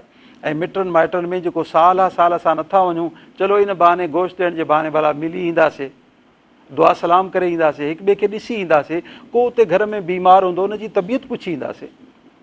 त अलाह तबारक व ताला इन जे करे इहे सभई हिकमतूं क़ुर्बानी में मौजूदु आहिनि। सही, तव्हां सभु ॻाल्हियूं कयूं, सभु ॻाल्हियूं सोन, पर हीअ जेको हाणे राति जो क़ुर्बानी वारे ॾींहुं तव्हां ॻाल्हि कयो त मंझंदि जो अची या ॾींहं जो अची कसाई कटे हलियो वेंदो आहे, रखी वेंदो आहे, पोइ राति जो वरी बारबेक्यू वारा ईंदा आहिनि, ख़ासि करे हैदराबाद, कराची शहरनि में, पोइ उहा बारबेक्यू पार्टी थींदी आहे। ऐं पोइ गोश्त जेके तव्हां हिसाब ॿुधाया उन ओॾां त न वेंदो आहे। पोइ राति जो बारबेक्यू पार्टी इंजॉय थींदी आहे, राग रंग जी महफ़िल हूंदी आहे, ऐं पोइ उते सभु शयूं हूंदियूं आहिनि जेके दीन में जाइज़ न आहिनि। उन्हनि जे लाइ तव्हां छा चवंदा? ॾिसो, जेको गोश्त आहे क़ुर्बानी जो, इहो मुक़दस आहे, मुक़दस जानवर जेको अलाह ताला जी बारगाह में पेश थियो उहो जानवर आहे। ऐं हीउ एतिरो मुक़दस जानवर आहे, हुज़ूर अलैहिस्सलातु वस्सलाम फरमायो, हिन जे हिकिड़े हिकिड़े वार जे एवज़ अलाह ताला तव्हांखे नेकी जो अजर अता फ़रमाए थो। ॿी रिवायत में अचे थो, हिन जे गोश्त ऐं रत जे हर फुड़े जे बदिले में तव्हांखे अजर मिले थो। टीं हदीस में आयो त हीउ गोश्त क़यामत जे ॾिहाड़े मीज़ान में 70 भेरा वधाए वज़न कयो वेंदो ऐं तव्हांखे वधीक 70 भेरा वधीक इन जो अजर अता कयो वेंदो। हिकिड़ी रिवायत में आयो त मैदान महशर में अलाह तबारक व ताला इन खे बतौर सवारी ज़िंदा करे तव्हांजे लाइ मुक़ररु फ़रमाईंदो, तव्हां उन जे मथां सवार थी मैदान महशर में ईंदव। हज़रत मुल्ला अली क़ारी रहमतुल्लाह अलैह मिरक़ात शरह मिशकात में फ़रमाइनि था त हीउ क़ुर्बानी वारो जानवर क़यामत जे ॾिहाड़े पुले सरात ते मौजूदु हूंदो ऐं क़ुर्बानी करण वारो शख़्स उन क़ुर्बानी वारे जानवर जे मथां सवार थी करे पुले सरात खे पार कंदो, जंहिंजी एतिरी वॾी फ़ज़ीलत हुजे ऐं असां उन फ़ज़ीलत वारे गोश्त खे, फ़ज़ीलत वारे जानवर जे गोश्त खे असां राग ऐं रंग ऐं सुरूर जी उन नज़र करे छॾियूं, अलाह ताला जी नाफ़रमानी वारी उन अमल जे नज़र करे छॾियूं, इहा हिकिड़ी ज़्यादती हूंदी, अलाह ताला खे नाराज़ करण वारो अमल हूंदो। असांखे इन खां परहेज़ करणु खपे। हा, दीन इस्लाम इन जी इजाज़त ॾिए थो, तव्हां फैमिली, दोस्त, अहबाब गॾु थी करे बारबी कयो, कहिड़े तरीक़े सां खाओ, पर उन में ग़ैर शरई को हरकत न कयो, ग़ैर शरई को खाधो उन में शामिल न कयो, ग़ैर शरई मशरूब को उन में शामिल न कयो। ईअं न थिए जो अलाह तबारक व ताला जी नाराज़गी जो सबबु बणिजी वञे ऐं असांजे मथां हेतिरा जेके अलाह ताला जा अज़ाब जेके पहिरीं ई मौजूदु आहिनि, वरी ॿियो अलाह ताला जो अज़ाब असांजे मथां अज़ाब अची वञे। ईद जे ॾींहं ते छा अमल करणु घुरिजनि, कहिड़ियूं फ़ज़ीलतूं आहिनि ईद वारे ॾींहं जूं, ख़ासि करे 10 ज़ुलहज ते जंहिंमहिल मर्द ईदगाह में वेंदा आहिनि। हाणे त ईदगाहुनि में बचण जो बि रिवाज़ घटि थी वियो आहे, सुता पिया हूंदा आहिनि, निंड पूरी कंदा आहिनि, सो उनजो छा अमल आहे, घरनि में औरतुनि खे छा करणु घुरिजे? प्लीज़, इहो मुंहिंजो आख़िरी सुवालु आहे तव्हां खां। ईद जे ॾिहाड़े इंसान फजर जी नमाज़, बल्कि ईद जी जेका राति आहे इशा जी नमाज़ लाज़िमन बा जमात अदा करे, फजर जी नमाज़ बा जमात अदा करे, उनखां पोइ हदीस शरीफ़ में अचे थो त सुठा गुस्ल करे अॻु में सुठा कपिड़ा पाए, ज़रूरी कोन्हे नवां कपिड़ा पाइजनि, साफ़ सुथरा धोतल कपिड़ा, उनखां पोइ ख़ुशबू लॻाइजे ऐं ईद जी नमाज़ पढ़ण ताईं कुझु बि खाइजे पीअजे न। ईअं सम्झो इहो सूरतनि हिकिड़ो मानन रोज़ो आहे, अलाह ताला उनखे ईद जी निमाज़ ताईं जेको उन न खाधो पीतो उनखे रोज़े जेतिरो सवाबु अता फरमाईंदो। जेॾी महिल घरां निकिरे तकबीर पढ़ंदो निकिरे, तकबीर तशरीक अल्लाहु अकबर ला इलाहा इल्लल्लाहु अल्लाहु अकबर वलिल्लाहिल हम्द, अल्लाह ताला जी वॾाई बयानु करे, अल्लाह ताला जी किबरियाई बयानु करे, उनजी हम्दो सना बयानु करे। ऐं जेॾी महिल ईदगाह पहुचे, ईदगाह उते नमाज़ अदा करे, ख़ुतबो ॿुधे ऐं सभिनी मुस्लमाननि जी दुआउनि सां गॾु दुआ में शामिलु थिए।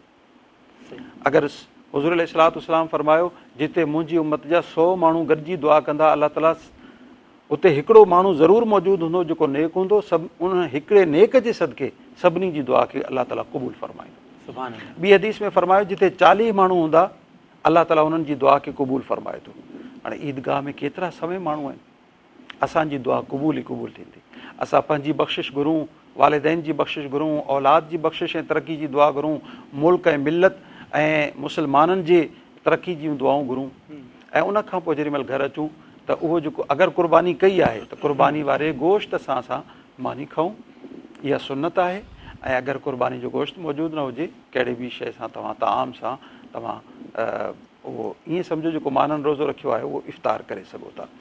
ईद जे ॾियारे ख़ासि तौर ते मिटनि माइटनि सां मिलणु घुरिजे, इहा सुनत आहे। अगरि असां मिली नथा सघूं, परे आहियूं, घटि में घटि हींअर फ़ोन ज़रिए, फ़ोन वसीले असां ॻाल्हाए सघूं था, ख़ैरियत मालूम करे सघूं था, ईद जी मुबारकबाद ॾेई सघूं था। अॼुकल्ह रवाजु आहे सिर्फ़ु टेक्स्ट जो, हिकिड़ो व्हाट्सएप ते मैसेज करे छॾियो, न, इन जी अहमियत घटि आहे। तव्हां पंहिंजे आवाज़ सां फ़ोन करे हुनखे अहमियत ॾींदो, हुनखे दिली ख़ुशी महसूसु थींदी। ऐं जेके दोस्त वरी असांखे फ़ोन करे ईअं मुबारकबाद ॾियनि था, असांखे दिली ख़ुशी महसूसु थिए थी। ऐं ईद जे ॾियारे असां कोशिशि कयूं त अफ़ु ऐं दरगुज़र खां कमु वठूं। अक्सर ईद जे ॾियारे जहिड़ा हूंदा आहिनि, घर में जहिड़ा हूंदा आहिनि। जी हा, असां दरगुज़र जो, अच्छा, असांजूं जेके माइरूं भेनरूं ईद जे ॾियारनि में ख़ासि तौर ते गोश्त में रिध पचाव में मसरूफ़ हूंदियूं, उन्हनि खे बि मां गुज़ारिश कयां थो, मुंहिंजूं भेनरूं अगरि दरगुज़र खां कमु वठंदियूं त अलाह तबारक व ताला पूरो ॾियारो जेको पंहिंजे फैमिली जे लाइ जेको कमु कनि थियूं रध पचाव जो, अलाह ताला उन जे हर अमल जे बदिले उन्हनि खे अजर ऐं सवाब अता फरमाईंदो। सही ॻाल्हि आहे। बजाए हिन जो ईद ॾींहुं तव्हां थाव धोइण ते विढ़ो ऐं गोश्त विराइण ते विढ़ो त मां हे न पचाईंदुमि। बिल्कुलु बिल्कुलु, अफ़ुवत ऐं दरगुज़र सां कमु वठो। अलामा मोहम्मद ताहिर ताहिरी साहिब असां गॾु हुआ ऐं जुमेतुल मुबारक जो ॾींहुं आहे, हिन करे खेनि संदन मसरूफ़ियतूं आहिनि, जुमे जूं तयारियूं करणियूं आहिनि। प्रोग्राम जारी आहे, ब्रेक जो टाइम आहे, ब्रेक खां पोइ पाण जल्दी वापसि अचूं था। वरी कारी यासिर जमाल साहिब खां नातूं ॿुधंदासीं, ख़बरूं तव्हांखे ॿुधाईंदासीं, मुख़्तलिफ़ ॿियनि मौज़ुअनि ते बि ॻाल्हाईंदासीं। नंढो ब्रेक आहे। कारी साहिबु तव्हांजो, अलामा साहिबु, तव्हांजे तहे दिलि सां असां शुक्रगुज़ार आहियूं। तव्हां तमामु काराइतूं ॻाल्हियूं कयूं, तमामु अहम ई मौज़ू हुयो ऐं तव्हां तमामु घणी ॼाण ॾिनी। ऐं सच पुछो त जेका ॼाण अॼु मूंखे मिली आहे, हिन खां पहिरीं मूंखे न मिली, छाकाणि जो असां हाणे उहो ॿुधण बि छॾे ॾिनो आहे। वरी ज़ाहिर दीन खां दूरी आहे ऐं ज़ाहिर ई समाज हर को पंहिंजी पंहिंजी मसरूफ़ियतुनि में, मस्जिदुनि में वञणु घटि थो थिए। सो अलाह साईं असांजी बख़्शिश फरमाईंदासीं। ब्रेक खां पोइ जल्दी वापसि अचूं था। ॾिसंदा रहो सुबुह में रहण।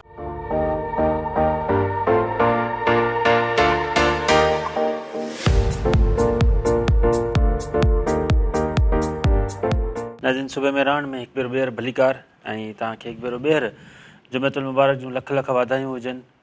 उमेद त तव्हां तयारी कंदा हूंदा। ज़ाहिर आहे थोरी देरि खां पोइ जुमे जी नमाज़ थियणी आहे, 1 बजे खां नमाज़ुनि जो सिलसिलो शुरू थींदो आहे। तमामु अहम ॾींहुं आहे अॼु, तमामु फज़ीलत वारो ॾींहुं आहे। इबादतूं कयो पंहिंजे प्यारनि जे लाइ, पंहिंजे लाइ। रब खां बाज घुरो, रब साईं बाज़ारो आहे। तव्हां गुनाहनि जी बख़्शिश करायो। असांजी जेके अमाल कयूं था, ज़ाहिर आहे उन जे ई जेको आहे बदिले में असांखे इहे मुसीबतूं मिलनि थियूं, परेशानियूं मिलनि थियूं। दीन खां दूरी आहे, गॾोगॾु असां में अनाऊं जेके आहिनि उहे भरियल आहिनि। जेका रत में जेका अना जेका आहे उहा रत खां वधीक सम्झो त अना आहे। तकबुर अची वियो आहे ऐं हिक ॿिए जे लाइ असां वटि जेको रिश्तनि जो मान आहे, जीअं कारी साहिबु ॻाल्हि कई, असां रिश्तनि जो मान ख़तमु करे छॾियो आहे। नंढे वॾे जो जेको मान आहे उहो ख़तमु करे छॾियो आहे। दीन खां काफ़ी दूरि, को समय मेल दूरि थी विया आहियूं। उन जे करे ई सभु कुझु आहे। हीअ अज़ियतूं आहिनि, हीअ परेशानी आहे, हीअ मुसीबतूं आहिनि ऐं हीअ जेके कहर नाज़िल थियनि था, उहो चाहे ॿोॾि जी सूरत में हुजे, गर्मीअ जी सूरत में हुजे, बीमारियुनि जी सूरत में हुजे, वबाई मर्ज़नि जी सूरत में हुजे। सो आजिज़ी अख़्तियार कयो ऐं आजिज़ी सां ई हिक ॿिए सां पेश अचो त पोइ ॾिसो ज़िंदगी केॾी हसीन आहे। न त पोइ उहो ई शाइर जीअं चवंदा आहिनि त ज़िंदगी हिकु सुलगती चिता है साहिल, न शोला बंदी है न बुझकर धुआं। पोइ ज़िंदगी तव्हांखे बेज़ारी लॻंदी आहे ऐं पोइ हर कोई इहो ई चवंदो आहे त छो हीअ ज़िंदगी छो ऐं छा लाइ। पोइ तव्हां सोचींदा आहियो त बसि ठीकु आहे असांखे मौत अचे ऐं पोइ वरी ख़ुदकशी जा इहे ख़्याल अचनि, पोइ असां फ्रस्ट्रेशन में हलिया वञूं, डिप्रेशन में हलिया वञूं। हर ॿियो माण्हू जेको आहे न हिन वक़्तु डिप्रेशन में मुब्तला आहे, उनजा केतिरा ई रीज़न्स आहिनि। उहे इहे ई रीज़न आहिनि। सभिनी खां पहिरीं त असां जिन में रिश्तनि जो, असां पंहिंजे रत जे रिश्तनि में जेको आहे मुनाफ़िकी कयूं, रत जे रिश्तनि में असां नक़ाब ओढ़ियूं, ॿ रूप अख़्तियार कयूं, त उते जेको तव्हांजो साम्हूं वारो आहे उहो डिप्रेशन में हलियो वेंदो आहे, छिरकिजी वेंदो आहे त हीअ मूंसां छा थियो। ॿिए नंबर ते हीअ जेको समाज में जेको कुझु थी रहियो आहे, जेका भञड़ाह थी रही आहे, उहा इंसान खे ईअं उॾहीअ जीअं खाई वञे थी। खोड़ ॻाल्हियूं आहिनि जेके तव्हां सां करणियूं आहिनि। कॾहिं कॾहिं दिलि चवंदी आहे त ईअं बसि दिलि खोले रखिजे, पर ज़ाहिर प्रोग्राम जो वक़्तु, महिमान ऐं कुझु जेके ॿियूं मसरूफ़ियतूं हूंदियूं आहिनि, गॾोगॾु ज़ाहिर सेगमेंट्स हूंदा आहिनि, सभु तव्हांखे शेयर करणा पवंदा आहिनि, ख़बरूं तव्हां सां शेयर करणियूं हूंदियूं आहिनि। सो हूअं त प्रोग्राम में शुरू में ई अची तव्हांखे ख़बरूं ॿुधाईंदा आहियूं, पर ॿिन्ही मौलवी साहिबान जूं मसरूफ़ियतूं हुयूं, तमामु अहम हुननि जी मसरूफ़ियत हुई। ख़ासि करे जुमतुल मुबारक जो ॾींहुं, वरी हजतुल मुबारक, हीअ सॼा मामला आहिनि। त वॾी मुश्किल सां उहे राज़ी थिया त असां हिन टाइम ताईं वेहंदासीं। सो हुननि जी मसरूफ़ियत ई रवाना थी चुका आहिनि। मां तव्हांखे ख़बरूं ॿुधायां ऐं ख़बरुनि जे हवाले सां, छाकाणि जो अॼु सिंध में बजट पेश थी रही आहे। तव्हां वफ़ाक़ी बजट ॿुधी करे तव्हांखे असां हुनजी सॼो तफ़सीली आगाह कयोसीं। पंजाब जी बजट कल्ह पेश कई वई ऐं सिंध जी बजट अॼु पेश कई वेंदी। सिंध असेंबली जो इजलास तलब कयो आहे। जुमतुल मुबारक खां पोइ सिंध असेंबली जा समूरा मेंबर उते पहुचणु शुरू थींदा ऐं शाम जो 4 वॻे इहो इजलास आहे ऐं इहा बजट पेश कई वेंदी। उन बजट जे हवाले सां ॿुधायो पियो वञे, थोरी घणी मतिलबु उन में इहा आहे त हिन बजट में सिंधी बजट जेका आहे उहा आवाम दोस्त ॿुधाई पियो वञे। बाक़ी त जेमहिल बजट पेश कई वेंदी ओॾी महिल ॾिठो वेंदो। ॿुधायो पियो वञे त पघारूं जेके आहिनि उहे 25 खां 30% वधायूं वेंदियूं। सरकारी मुलाज़िमनि जूं पघारूं 25 खां 30% वधायूं वेंदियूं ऐं घटि में घटि जेको सॼी सिंध में जेको उजूरो आहे पोरियत जो, उन्हनि जो जेको उजूरो आहे उहो 37,000 मुक़ररु कयो वेंदो। सिंध में 70,000 खां वधीक जायूं आहिनि, नौकरियूं आहिनि जेके मुख़्तलिफ़ खातनि में आहिनि। सरकारी नौकरियूं आहिनि, तालीम खातो हुजे, पुलिस हुजे, रेवेन्यू हुजे या ॿिया जेके बि असां वटि खाता आहिनि, उहे कुल मिलाए मजमूई तौरु 70,000 नौकरियूं आहिनि जेके तव्हांखे मिलंदियूं। उहे 70,000 नौकरियुनि ते जेको आहे माण्हू भरण जो ऐलान कयो वेंदो ऐं गॾोगॾु तरक़ियाती प्रोग्राम जे लाइ 559 खरब रुपया उहे रखिया पिया वञनि। ॿोॾि मुतासिरनि जा घर ऐं जेके ॿोॾि में स्कूल लुड़ी विया आहिनि उन्हनि जी बहाली जे लाइ 334 अरब रुपयनि जो जेको आहे हदफ़ मुक़ररु कयो वियो आहे। कुझु सरकार पाण भरींदी, कुझु वरी जेको आहे आलमी इदारनि खां फंडिंग कंदी। 334 अरब रुपया घुर्बल आहिनि, उहा फंडिंग ज़रिए स्कूल बहाल कया वेंदा। गॾोगॾु ॿियूं केतिरियूं शयूं सस्तियूं थियनि थियूं या कहिड़ी सब्सिडी मिले थी उहा बजट में हूंदी, पर पघारुनि जे हवाले सां ॿुधायो वियो आहे, नौकरियुनि जे हवाले सां ॿुधायो वियो आहे। ज़ाहिर ॿिया जेके ही मामला आहिनि बिजली जे हवाले सां, ॿियूं जेके यूनिट्स आहिनि उन्हनि ते ॿुधायो पियो वञे त हीअ कयो वेंदो। गॾोगॾु सिहत ऐं तालीम जे हवाले सां बि जेको आहे बजट रखी वेंदी। तरक़ियाती बजट जे हवाले सां मुख़्तलिफ़ मनसूबा ॻोल्हे ठाहिनि सिंध में, उन्हनि ते ॾिसूं था त केतिरी बजट उन्हनि वटि आहे ऐं उनखां पोइ कहिड़ो ऐलान कयो थो वञे। सिंध जो वॾो वज़ीर सैयद मुराद अली शाह साहिबु जेको आहे उहो बजट पेश कंदो ऐं थोरी देरि खां पोइ इहे जुमतुल मुबारक जी निमाज़ खां पोइ सभु मेंबर गॾु थींदा ऐं पोइ इहो बजट इजलास शुरू थींदो। ऐं तव्हां ॾिसिजो त सिंध में कहिड़ो बजट पेश कयो थो वञे। ॾिठो इहो वियो आहे त ॿियनि सूबनि जे भेट में थोरो घणो बहितर नज़र अचे पियो। उहो असां इन करे नथा चऊं त असां को जियाला आहियूं या उहो आहियूं। ज़ाहिर हिकिड़े टीवी ते रोज़ु वेहूं था ऐं एनालाइसिस कयूं था, अख़बारूं पढ़ूं था त थोरो घणो उहो वफ़ाक़ी बजट एतिरो बहितर न हुयो ऐं सभिनी जूं दाऊं निकिरी वियूं, ख़ासि करे सरकारी मुलाज़िमनि जूं ऐं टैक्सिस जे हुन में ॻाल्हि कयूं था। पंजाब जे बजट जी उन में बि तव्हांखे अंदाज़ो थी वेंदो। पोइ सिंध जे बजट में मां तव्हांखे ज़िक्र कयुमि त पंजाब जी बजट कल्ह पेश कई वई। उन में चयो वियो त असां 100 यूनिट जेकी उहा बिजली उहा मुफ़्त ॾींदासीं ऐं गॾोगॾु असां सोलर लॻाइण जो ऐलान कयो आहे। उन्हनि सोलर सिस्टम ॾींदा ॻोठनि में ऐं जिते बिजली मिसाल आहे उते महांगी सॼे मुल्क में आहे, पर घणे भाङे सोलर ते शिफ्ट करे वेंदा ऐं 100 यूनिट जंहिंजा हलंदा, जेके नंढा नंढा सार्फिन आहिनि, नंढा घर आहिनि जिन में जंहिंजे घर में रुॻो हिकिड़ो कमिरो या 2 कमिरा आहिनि, हलनि ई 2 पखा था, महीने में उन 100 यूनिट हलाया त 100 यूनिट उनखे फ्री हूंदा, उनखां बिजली जो बिल न वरितो वेंदो। अहिड़ी रीति पोस्ट बजट कल्ह पेश कई वई। वफ़ाक़ी पोस्ट बजट हुई, इहो हिकिड़ो ॾींहं खां पोइ हूंदा, उनखां पोइ वरी बजट ते बहस कयो वेंदो आहे, सुवाल जवाब वरिता वेंदा आहिनि। उहा बि कल्ह नाणे वारे वज़ीर औरंगज़ेब साहिबु पेश कई ऐं हुन चयो त असांखे मजबूरी हुई त पघारदार तबिके ते असां टैक्स लॻायूं, ऐं टैक्स खां सवाइ असां हली न पिए सघियासीं। इहो बि चयो त तालीम ऐं सिहत जे लाइ असां ख़र्च नथा वधाए सघूं। तालीम जे हवाले सां को प्रोग्राम्स आंदा वञनि, को सेगमेंट्स आंदा वञनि, तालीम जे बजट में हिकु रुपयो बि वाध न कई वई आहे ऐं नई वरी वफ़ाक़ी लेवल ते सिहत जे हवाले सां को हिकु रुपयो बि वधायो वियो आहे। जेका बजट गुज़िरियल साल हुई उहा ई रखी वई आहे। ज़ाहिर दवाऊं महांगियूं थियूं आहिनि, इन में अॻियां हली मुश्किल ज़रूरु पेश ईंदी। दवाऊं वक़्तनि फ़वक़्तनि महांगियूं थींदियूं रहनि थियूं, मशीनूं महांगियूं थींदियूं रहनि थियूं, छाकाणि जो असां इम्पोर्ट कयूं था, ॿाहिरिनि मुल्कनि मां इहे दवाऊं अचनि थियूं। मशीनूं असां पाण नथा ठाहियूं, को हिते को हैदराबाद या कराची में इहे BP ऑपरेटर बि नथा ठहनि, एथो पिसिस बि नथा ठहनि, त वरी छा चवंदा आहिनि शुगर चेक करण जूं मशीनूं बि नथियूं ठहनि, त बाक़ी जेके सर्जरी वारियूं मशीनूं आहिनि इहे त ज़ाहिर न ठहंदियूं। सो उहे मशीनूं बि असां इम्पोर्ट कयूं था। डॉलर जे अघ सां इहे रोज़ मशीनूं हेठि किरंदियूं आहिनि, रोज़ मशीनूं वधंदियूं आहिनि, जीअं गाॾियूं ऐं ॿिया जेके अघ मामला आहिनि। त ज़ाहिर आहे इहा बजट तमामु घणी डिस्टर्ब कंदी। पोइ तव्हांखे इहे ई ख़बरूं मिलंदियूं त अस्पतालुनि में दवाऊं न आहिनि, अस्पतालुनि में अमलो न आहे, अस्पतालुनि में मशीन बि ख़राबु आहे। अहिड़ी रीति ॻाल्हि कंदासीं नवाज़ लीग ऐं पीपल्स पार्टी जी। हिन बजट जे हवाले सां ॿिन्ही वेझनि दोस्तनि जे विच में ॾार अची वियो हुयो ऐं कल्ह बि नवाज़ लीग ऐं पीपल्स पार्टी विच में ॻाल्हियुनि जो ॿियो दौरु हलियो, जेको बिना नतीजे ख़तमु थियो। इख़्तिलाफ़ बरक़रार हुआ। बिलावल भुट्टो ज़रदारी साहिबु जेको आहे उहो ॻाल्हियुनि में न वेठो हुयो। आला क़यादत न हिन पासे खां हुई न हुन पासे खां। हिन नवाज़ लीग जी तरफ़ां कोई शहबाज शरीफ़ साहिबु या नवाज़ शरीफ़ साहिबु या मरियम नवाज़ या हमज़ा केरु न वेठो। न ई वरी हितां बिलावल भुट्टो ज़रदारी साहिबु या आसिफ़ अली ज़रदारी साहिबु या मैडम फरियाल या ॿियो केरु वेठो। नवीद कमर ऐं शेरी रहमान सीनियर क़यादत हिननि जे तरफ़ां बि हुई ऐं सीनियर क़यादत हुननि जे तरफ़ां बि हुई। बाक़ी पार्टी लेवल ते जेके आहिनि अॻवान ऐं सरवाण आहिनि उन्हनि जे तरफ़ां केर बि न वेठो। ऐं इहे ई इख़्तिलाफ़ हुआ त तव्हां असांखे एतमाद में नथा वठो, तोड़े जो असां तव्हां सां गॾु आहियूं हुकूमत में, तव्हां असांखां का ॻाल्हि पुछो ई नथा, पंहिंजे मुंहुं जेको आहे फ़ैसिला कयो पिया ऐं पंहिंजे मुंहुं हलियो पिया। ख़दशा हिक ॿिए खे राज़ी करण जी कोशिशि कई वई, पर पीपल्स पार्टी वारनि इनकार कयो ऐं ॻाल्हियुनि जो इहो ॿियो दौरु बि बिना नतीजे ख़तमु थी वियो ऐं इम्कानु आहे त अॼु ॿीहर जेको आहे उहे ॻाल्हियूं कयूं वञनि।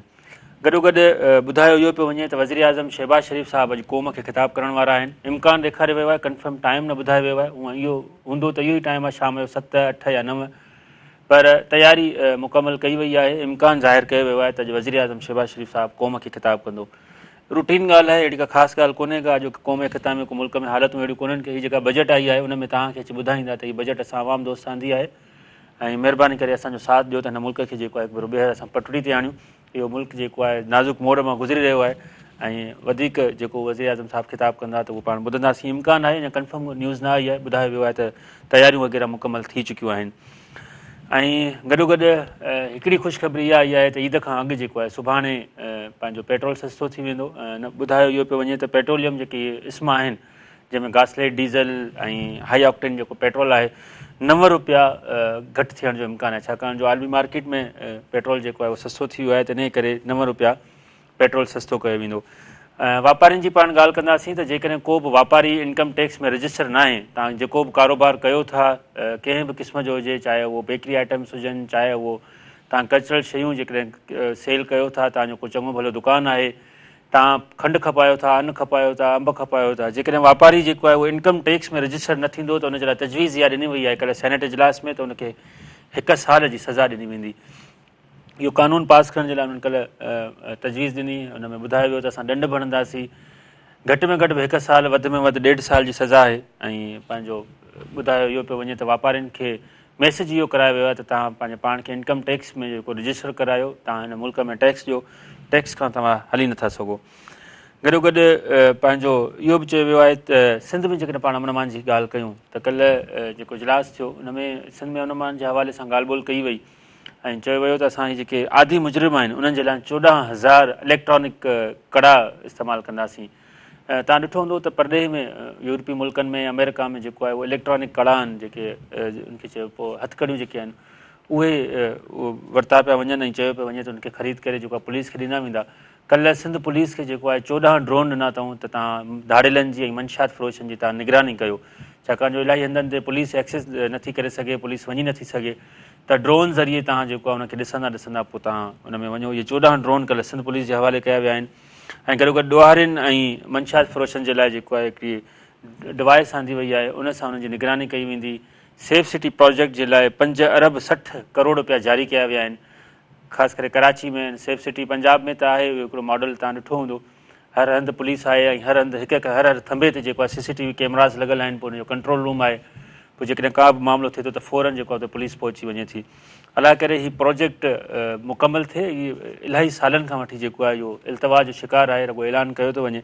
कल्ह हिन जा जेका 5 अरब 60 करोड़ रुपया जारी कया विया आहिनि सिंध हुकूमत जे तरफ़ां, ऐं चयो वियो आहे त असां सेफ सिटी प्रोजेक्ट खे जल्द मुकमल कंदासीं। गॾोगॾु कल्ह जेको सेनेट इजलास थियो हुन में इहो बि चयो वियो त हीअ जेको मोटर साइकिल हलाईंदा आहिनि, मोटर साइकिल वारनि खे जेको आहे सस्तो पेट्रोल जो तजवीज़ पेश कई वई आहे। उन ते सभिनी मेंबरनि जेको आहे मतिलबु मस्बत जवाबु ॾिनो ऐं ख़ुशीअ जो इज़हार बि कयो। ऐं हुकूमत खे फ़ैसिलो करिणो आहे त छा था कनि, जिन वटि बि माण्हुनि वटि पेट्रोल मोटर साइकिल आहे उन्हनि खे पेट्रोल जेको आहे उहो सस्तो मिलंदो। पाण सिंध जे इदारनि जी ॻाल्हि कंदासीं। खैरपुर यूनिवर्सिटी जे हवाले सां असां गुज़िरियल हफ़्ते खां वठी सूबे मेरान में बि दावूं कयूं था। अॼु जी ॻाल्हि स्पेशल प्रोग्राम में बि असां हुते उनजे फैक्ट्स एंड फिगर ते ऐं फाइंडिंग्स ते उनजा जेका मसइला आहिनि उन्हनि ते असां नज़र विधीसीं। 7 महीना थी विया आहिनि खैरपुर यूनिवर्सिटी, शाह अब्दुल लतीफ़ यूनिवर्सिटी जेको आहे उहा डी-ट्रैक थियल आहे, उते झेड़ो हली रहियो आहे। हिकिड़े वाइस चांसलर जो, वरी 2 रजिस्ट्रारनि जो। केॾीमहिल वाइस चांसलर जेको आहे उहो रजिस्ट्रार खे मुअतल करे थो, त केॾीमहिल रजिस्ट्रार जेको आहे नोटिस कढी वाइस चांसलर खे मुअतल करे छॾे थो। हिन वक़्तु उते 2 रजिस्ट्रार आहिनि, हिकिड़ो वाइस चांसलर आहे। रोज़ु एहतजाज जो सिलसिलो आहे, क्लासिस खे ताला आहिनि, इम्तिहान जेके थियणा हुआ उहे इम्तिहान मुलतवी थी विया आहिनि। 7 महीननि खां वठी हुते डिग्रियूं जारी न थियूं आहिनि। सिंध जे सरवाण शाह अब्दुल लतीफ़ भिटाईअ जे नाले ते यूनिवर्सिटी क़ाइमु थी। उत्तर सिंध में सॼी जेके असांजा हज़ारे नौजवान आहिनि, छोकिरा तौरु छोकिरियूं, उन्हनि खे तालीम ॾींदड़ इदारो हुयो। हिन जूं सॼी दुनिया में जेको आहे उहे शाखूं हुयूं शाह अब्दुल लतीफ़ यूनिवर्सिटी जूं, मतिलबु त हुते हाउसिस हूंदा हुआ। छा हुनजो तालीमी मयार हो, सिर्फ़ु अनाउनि जी जंग ऐं पंहिंजी जेके ज़ाती जेके मसइला आहिनि इन्हनि ऑफिसरनि जा, उन्हनि हिन यूनिवर्सिटीअ खे अची तबाह कयो आहे। न सिर्फ़ु तबाह कयो आहे पर मुकमल तौर ते उनखे तबाह कयो आहे। मुकमल तौर ते उते ताला लॻल आहिनि। तव्हांखे पघारूं बि मिलनि, तव्हां लखनि में पघारूं खणो ऐं पोइ मुस्तक़बिल सां वेही खेॾो, नौजवाननि जे इल्म सां, नौजवाननि जे मुस्तक़बिल सां, उन्हनि जी ज़िंदगियुनि सां खेॾो। त ज़ाहिर आहे इहो असांजे लाइ सभिनी जे लाइ शर्म जो मक़ामु आहे। त असां पंहिंजे उहिदनि जी जंग में जेको आहे हज़ारे नौजवान नियाणियुनि जो ऐं नौजवाननि जी जेका ज़िंदगी उहा तबाह कयूं। 7 महीना थी विया आहिनि, हिकिड़ी डिग्री जारी न थी आहे। 7 महीना थी विया आहिनि, तालीम जो निज़ाम हुते धरम भरम आहे। 7 महीना थी विया आहिनि, हुते पेपर नथा वरिता वञनि। ऐं हीउ जेको सॼो माहौल आहे, रोज़ु हुते एहतजाज थियनि था, शागिर्द हुते अचनि था परे परे खां, ॻोठनि मां नियाणियूं अचनि थियूं, उन समाज मां नियाणियूं अचनि थियूं त जिते अञा बि नियाणियुनि जी तालीम खे मायूब सम्झो वेंदो आहे।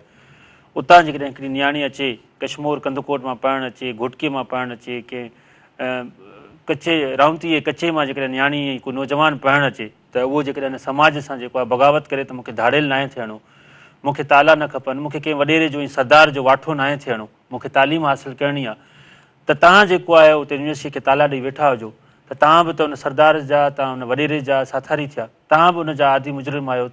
हीअ जेके मूंखे दोस्त ॿुधनि पिया, जेके शाह अब्दुल लतीफ़ यूनिवर्सिटी जा जेके उस्ताद आहिनि, वाइस चांसलर साहिब आहिनि, रजिस्ट्रार आहिनि, तव्हां बि मुजरिम आहियो। ऐं छो न तव्हांखे हथकड़ियूं लॻायूं वञनि, जो तव्हां तालीम खां जेको आहे नौजवाननि खे, नियाणियुनि खे जेको आहे उहो पासो कयो था, उन्हनि खे उन्हनि जे लाइ मुश्किलातूं पैदा कयो था। ऑफिस में वेही इहे मसइला हल थी सघनि था, इहे उहिदा अचणा वञणा आहिनि, पर जेकॾहिं तव्हां पंहिंजे बचनि जी तालीम बर्बादु कंदा, तव्हांजा पंहिंजा बचा त आहिनि कोन, तव्हांजा पंहिंजा बचा कराची ऐं हैदराबाद में पढ़नि था, के लंडन में पढ़नि था। यूनिवर्सिटी जे हवाले सां जेका ग्रांट ईंदी आहे, जेकी स्कॉलरशिप हूंदी आहे, उहा तव्हां जेको आहे पंहिंजे ॿारनि खे ॾींदा आहियो, कॾहिं बि कंहिं ग़रीब खे तव्हां मेरिट ते न ॾिनी आहे, त पोइ तव्हांखे जेको आहे अहसासु हिन जो कीअं हूंदो। सो शाह अब्दुल लतीफ़ यूनिवर्सिटी ते जेतिरो ॻाल्हाइजे घटि आहे, जेको हुते हिन वक़्तु माहौल जुड़ियल आहे, क़ाबिल मज़म्मत आहे, क़ाबिल शर्मनाक आहे। ऐं असांखे सभिनी जा कंध झुकियल आहिनि। हज़ारे नौजवान रोज़ु हिते फ़ोन कनि था त तव्हां मीडिया ते वेठा आहियो, तव्हां ॻाल्हायो छो कोन था, रोज़ु सोशल मीडिया ते दावूं कनि था, पर सभिनी खे जेका ख़ासि करे जेके वाघ धणी आहिनि उन्हनि खे अखियूं आहिनि, दीद आहिनि, पर शायदि बेज़र आहिनि। अॻिते वधंदासीं, हिकु ॿिए इदारे जी ॻाल्हि कंदासीं, सिंधी अदबी बोर्ड जी। सिंधी अदबी बोर्ड जे हवाले सां ईअं आहे त हुते 4 महीननि में हिकिड़ो माण्हू जेको आहे अॻु में भर्ती कयो थो वञे डेली वेजिस ते, उहो कल्ह 18 ग्रेड जो ऑफिसर थी वियो। बद इंतिज़ामिया जी हुते इंतिहा ईअं आहे त गैर क़ानूनी तौर ते भर्तियूं कयूं वयूं, बिना कंहिं इश्तिहार जे, बिना कंहिं इंटरव्यूज़ जे डेली वेजिस ते भर्तियूं थियूं। पोइ उन्हनि खे 4 महीननि जे अंदरि जेको आहे 17 ग्रेड ॾिनो वियो, ऐं हाणे जेको आहे उन्हनि खे 18 ग्रेड ॾिनो वियो आहे। Secretary, assistant secretary, editor magazine जा, अॼोकी मुख़्तलिफ़ अख़बारुनि में थोरे सोशल मीडिया ते इहो भरियल आहे। सिंधी अदबी बोर्ड जिते साईं पंहिंजो इब्राहिम जोयो साहिबु, डॉक्टर एन ए बलोच साहिबु, तमामु वॾा वॾा नाला जिन इदारो ही क़ाइमु कयो, साईं GM सैयद, केतिरनि ई माण्हुनि जो जेके हिन में रत जो जेको आहे उहो रत शामिलु आहे। अॼु उहो इदारो जिन जे हथनि में आहे, अॼु इदारो जेको उहो पंहिंजे मक़सद तां फिरी वियो आहे, उन ते पाण करे सघूं था।